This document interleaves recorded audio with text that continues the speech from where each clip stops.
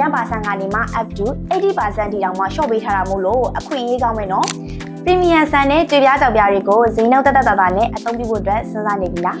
ဒါဆိုရင်တော့လူကြီးမင်းတို့အတွက်ဒီအချိန်ကတော့အခွင့်အရေးကောင်းမယ်နော်ဘာလို့လဲဆိုရင်ညီမတို့ရဲ့ Monthly Safari မှာဆိုလို့ရှိရင်အခုဒီဇွန်လ15ရက်နေ့ကနေမှဇူလိုင်လ15ရက်နေ့ထိတစ်လတိမိုးရာသီ most promotion လေးရှိပါတယ်နော်ဒီ promotion မှာဆိုလို့ရှိရင် discount အနေနဲ့ 10% ကနေမှ up to 80% ထိတောင်မှ short ပေးထားတာမို့လို့အခွင့်အရေးကောင်းမယ်နော်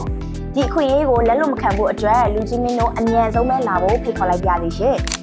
ညီမတို့ Safari Mandalay ရဲ့ဆိုင်ဖွင့်ချိန်လေးကတော့မနက်9:00 နာရီကနေမှညနေ9:00 နာရီထိပိတ်ရက်မရှိဖွင့်ပေးထားပဲဖြစ်ပါတယ်။ဆိုင်ဝင်လာမယ်ဆိုရင်တော့ဆိုင်လေးစာလေးက83လမ်း34နဲ့35ကြားမှာရှိတဲ့ Safari Mandalay showroom ပဲဖြစ်ပါတယ်ရှင်။ဒါကြောင့်မို့ခု Monsoon promotion လေးမကုန်ခင်လေးမှာပဲအမြန်ဆုံးလာရောက်ဖို့အတွက်ဖိတ်ခေါ်လိုက်ပါသေးရှင်။